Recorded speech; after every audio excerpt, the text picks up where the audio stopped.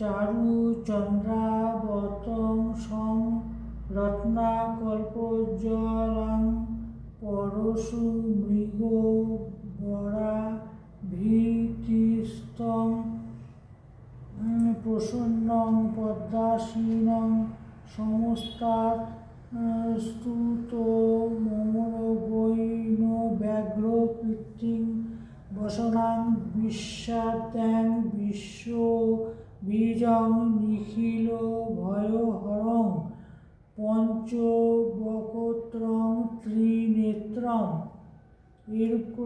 এরূপ ধ্যান করিয়া আহ্বান আদি পঞ্চমুদ্রার দ্বারা আহ্বান করিবেন। পঞ্চমুদ্রা যথা: এক, চিৎভাবে অঞ্জলি করিয়া উভয় অঙ্গুঠ উভয় অনামিকার মূলে যোগ করিবেন। এইরূপে অঞ্জলিকে অধোমুখে করিবেন। অঙ্গুষ্ঠদ্বয় উচ্চ করিয়া উভয় মুষ্টি মুখোমুখি করিয়া যোগ করিবেন। ঐরূপ মুষ্টিদ্বয়ের মধ্যে অঙ্গুষ্ঠদ্বয়কে প্রবেশ করাইবেন। এইরূপে মুষ্টিদ্বয়কে চিৎ করিয়া ধরিবেন। মন্ত্র যথা: ওম পিনাকাধৃক ইহা গচ্ছ ইহা গচ্ছ ইহা তিষ্ঠ ইহা তিষ্ঠ হৈ সন্নিধেহি ইয়ো সন্নিরুদস্য অত্রাধিষ্ঠানাং কুরু স্যাং সিং স্থির ভব মম পূজ্যাং গৃহাণা। শিবের স্নান মন্ত্র: ইদং স্নানিয়োদকং ওম পশুপতয়ে নমঃ। এই মন্ত্রে কেবল জল দ্বারা শিবকে 3 বার স্নান করাইবেন। পরে পাদ্যাদি দ্বারা পূজা করিবেন। ওম নমঃ শিবায় ওম নমঃ শিবায় ওম নমঃ শিবায়। এতে পুষ্পং ওম নমঃ শিবায় নমঃ। এত সচন্দন বিল্ল পত্র ওম নমঃ শিবায়। এষ ধূপং ওম নমঃ শিবায়। এষ দীপং ওম নমঃ শিবায় নমঃ।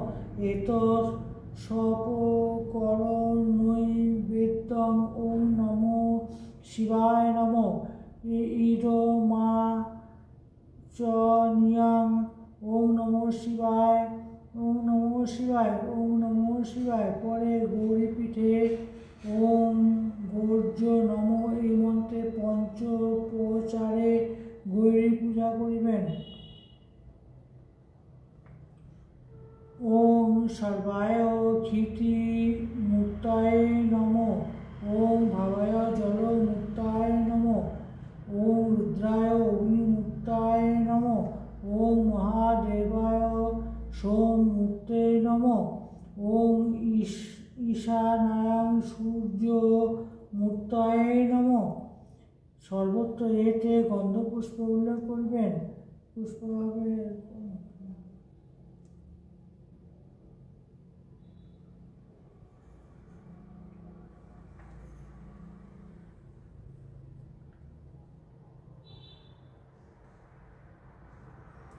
শিব প্রণাম: নমস্তভ্য বিরূপাক্ষা নমস্তে দিব্য চক্ষুষে নমো পিনাকা হস্তায় বজ্রহস্তায় বৈ নমো স্ত্রীশূল হস্তায়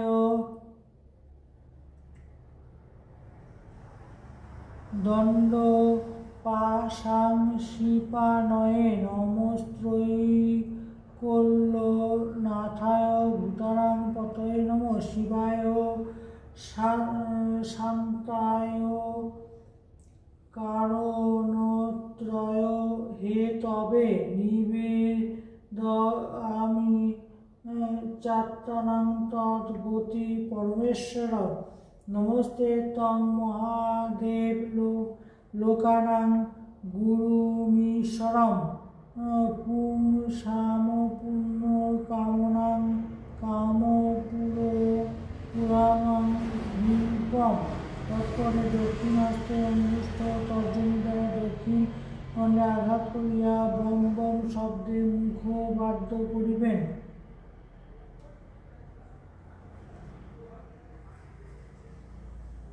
প্রার্থনা।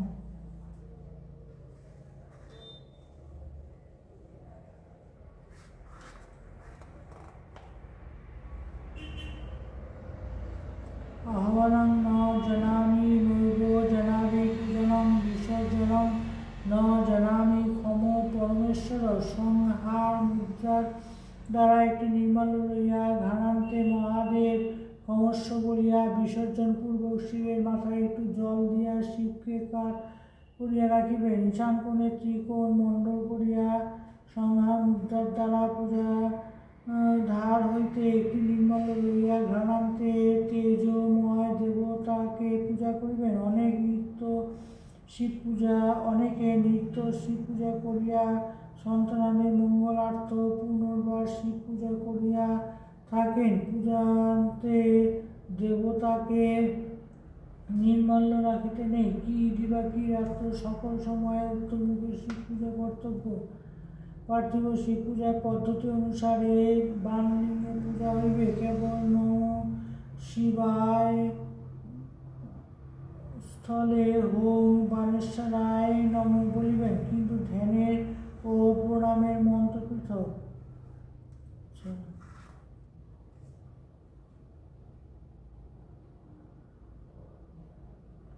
প্রণাম মন্ত্র: ওম বাণেশ্বরায় নরকার্ণ বতারণায় জ্ঞানপ্রদায় করুণাময় সাগরায় কর্পূর কুন্দ ধবলেন্দু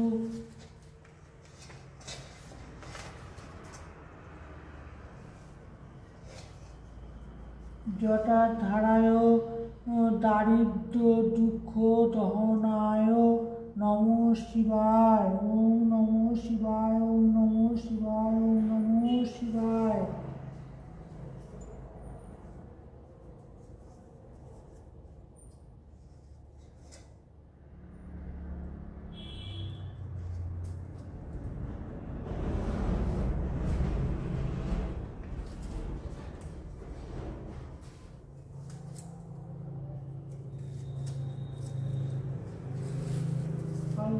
শিবরাত্রি ব্রতফল: এই ব্রতের পূর্ণফলের প্রতি ধর্ম অর্থ কাম মোক্ষ এই চতুর্বিধ ফল লাভ করে থাকেন। এই ব্রত পুরুষ বা নারী উভয় করে থাকেন। সংসারে দুঃখ কষ্ট লাঘব হয়।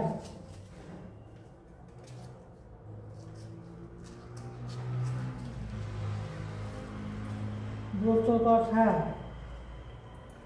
একদিন কৈলাসে হর পার্বতী বসে নানা আলোচনা করছিলেন। সহসা পার্বতী মহাদেবকে জিজ্ঞাসা করলেন, প্রভু, কি কর্ম করলে মানবগণ ধর্ম অর্থ কাম মোক্ষ এই চতুর্বিধ ফল লাভ করে থাকে তা আমায় বলুন। মহাদেব বললেন, তবে শোনো, ফাল্গুন মাসের কৃষ্ণপক্ষের চতুর্দশী তিথিতে শিবরাত্রি ব্রত হয়। ওই দিন যে নারী উপবাসী থেকে 4 প্রহরে 4 বার আমার পূজা করে থাকে, আমি তার প্রতি সদয় হয়ে থাকি। অন্তিমে তাকে কৈলাসে স্থান দিই।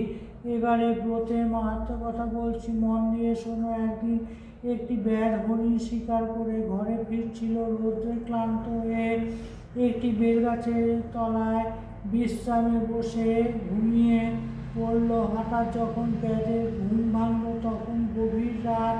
ফাল্গুন মাসে কৃষ্ণপক্ষের চতুর্দশীর দিন। জমাট বাঁধা অন্ধকার, কাছের মানুষ দেখা যায় না। ভয়ে গা ছমছম করছিল।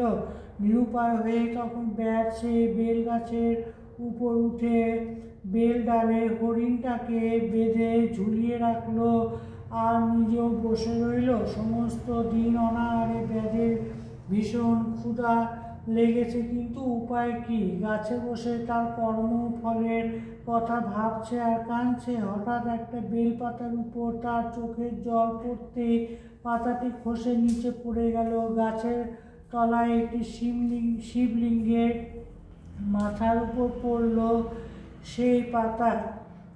শিবের মাথায় পড়তে শিব খুব খুশি হয়ে বলল, কে রে ভক্ত, আজ এই শিব চতুর্দশীতে আমার মাথায় বিল্ল প্রদান করলি, তুই সুখী হ। পরদিন ভোর হতে ব্যাগ গাছ থেকে নেমে বাড়ি গিয়ে স্ত্রীকে রান্না করতে বলে পুকুরে গেল স্নান করতে। ব্যাগ স্নান করে বাড়ি ফিরছে এমন সময় এক বৃদ্ধ ভিখারি বলল, বাবা আজ দুদিন অভুক্ত, কিছু খেতে দাও। ব্যাগ ভিখারিকে বাড়ি এনে অতি যত্নে সঙ্গে আহার করালো। প্রকারান্তে শিব চতুর্দশীর ব্রতের ফল লাভ হলো। একদিন ব্যাগ মরে গেল, তখন ব্যাধের স্থান হলো কৈলাসে। ব্রতের নিয়ম, ব্রতের পূর্বদিন নিরামিষ আহার করতে হয়, রাতে বিছনা শুতে নেই, খড় বা কম্বল বিছিয়ে শুবে ও সঙ্গী নিয়ে রাত কাটাবে। শিবরাত্রির দিন উপবাসী থেকে গঙ্গা মাটি দিয়ে 4টি শিব গড়ে 4 প্রহরে 4টা শিব পূজা করতে হয়। প্রথম প্রহরে দুগ্ধ দ্বারা স্নান করিয়ে শিবের পূজা করবে, দ্বিতীয় প্রহরে দধি দিয়ে স্নান করাবে, তৃতীয় প্রহরে ঘৃত দিয়ে স্নান করাবে, চতুর্থ প্রহরে মধু দিয়ে স্নান করিয়ে পূজা করবে। সমস্ত রাত্রে এইভাবে কাটাবে। পরদিন ব্রতকথা শুনে শিবকে প্রণাম করে ব্রাহ্মণকে উত্তম রূপে ভোজন করাবে এবং দক্ষিণা দিবে। সকল ব্রতের শ্রেষ্ঠ ব্রত হল এই শিব চতুর্দশীর ব্রত।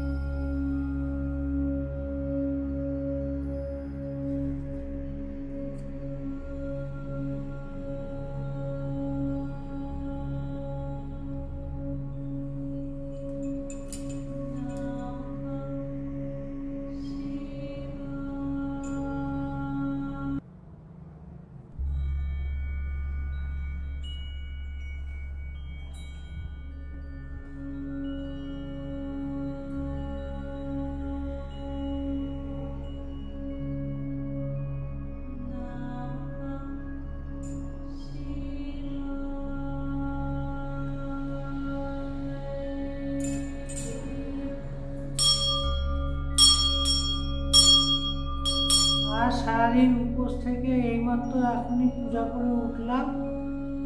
তোমাদের সবাই কেমন লাগলো পূজাটা? আশা করি মনে হয় ভালোই লাগবে। তো বন্ধুরা, মায়ের পূজা হলো কমপ্লিট, এইমাত্র মা পূজা করে উঠলো। বেশ সারাদিন উপাস থেকে এখন পূজা করে উঠে মা বেশ মুগ্ধ। আমরাও অপেক্ষা করছি কখন মা প্রসাদ আমাদের দিবে, আমরা প্রসাদ খাবো। আর তোমরাও এনজয় করলে আশা করি পুজোর ব্লগটা। তো এখানেই এন্ড করছি। আশা করি তোমরা সবাই ভালো থাকবে। সন্দীপন মুখার্জি ব্লগ সাবস্ক্রাইব করবে এবং শেয়ার করবে।